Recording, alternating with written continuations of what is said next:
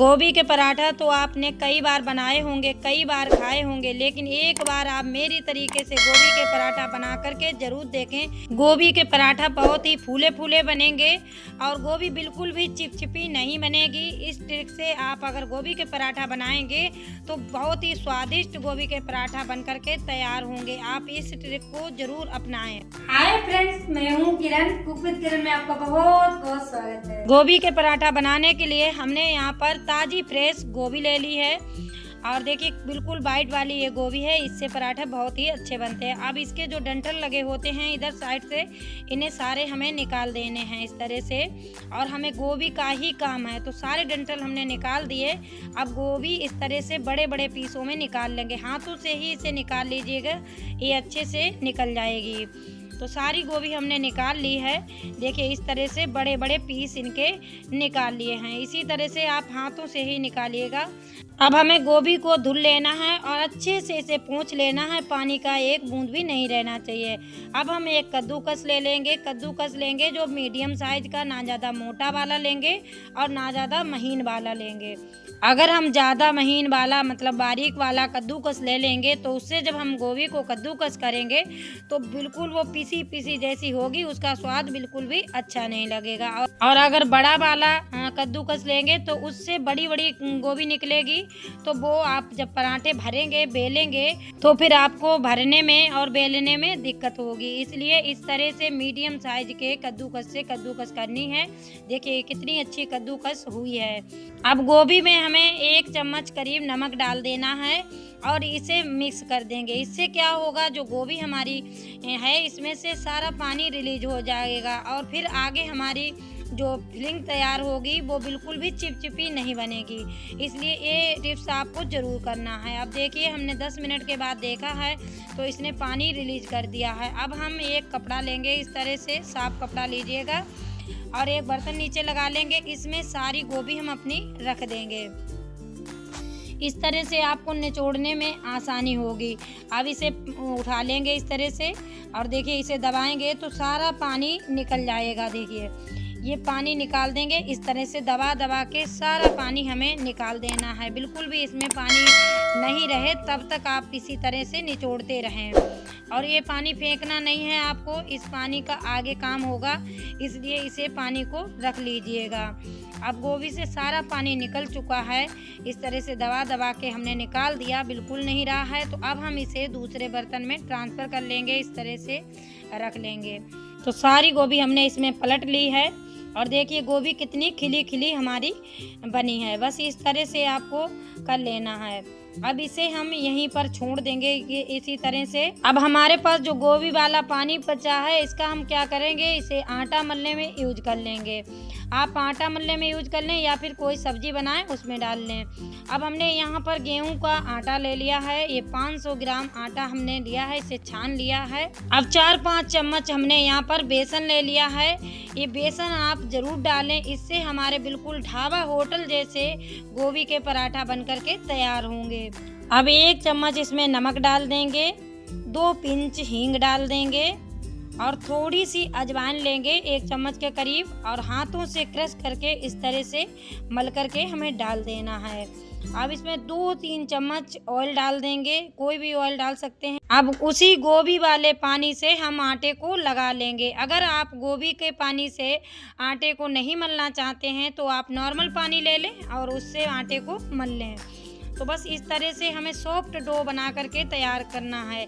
जब भी हम कोई भी भरमा पराठे बनाते हैं तो उसमें हमें डो को बहुत ही सॉफ्ट बनाना होता है ताकि हमारी जो फिलिंग अंदर भरें वो बिल्कुल भी बाहर ना निकले। तो इस तरह से आपको सॉफ्ट आटा मल करके तैयार करना है। भरवा पराठे का अगर आटा सही से लगा होगा तो आपके पराठे बिल्कुल भी फटेंगे नहीं। तो देखिए इतनी सॉफ्ट हमने आटा मल के रख लिया। अब इसे साइड से रख देंगे।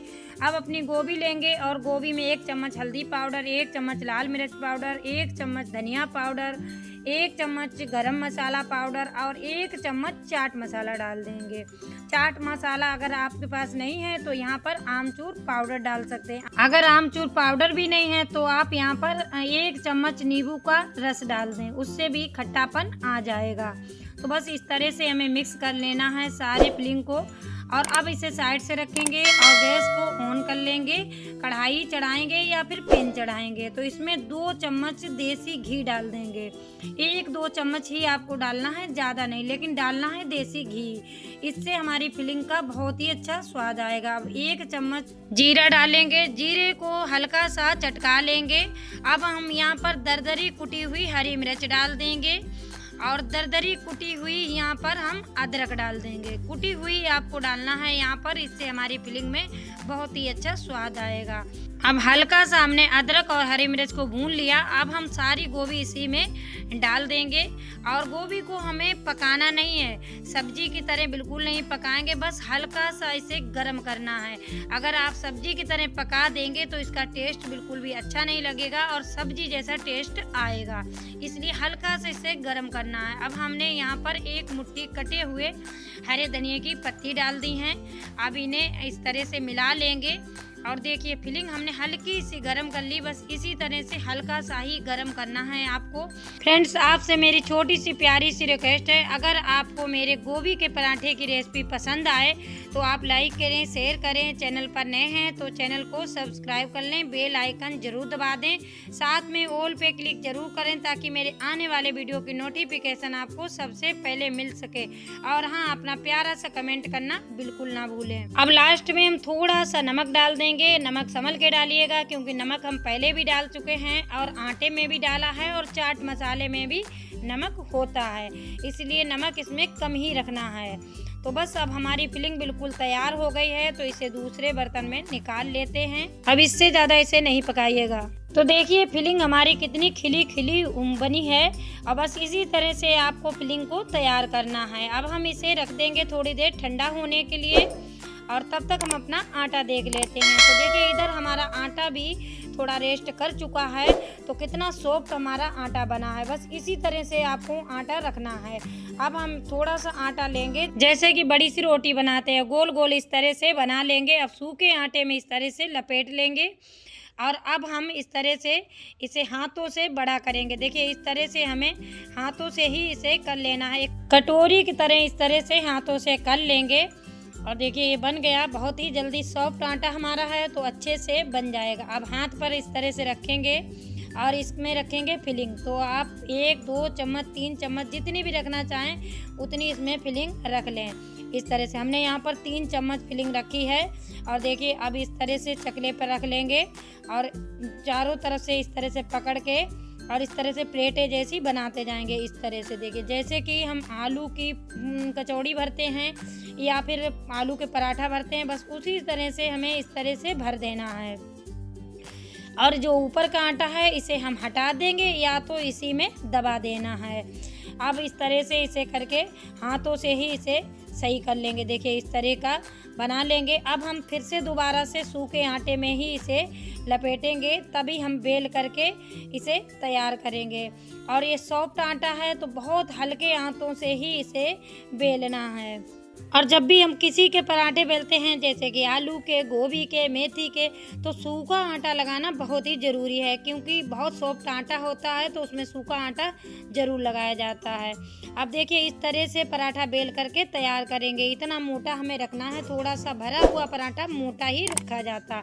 अब इसे साइड से रखेंगे और दूसरा पराठा तैयार करेंगे। देखिए उसी तरह से हमने लोई बना ली।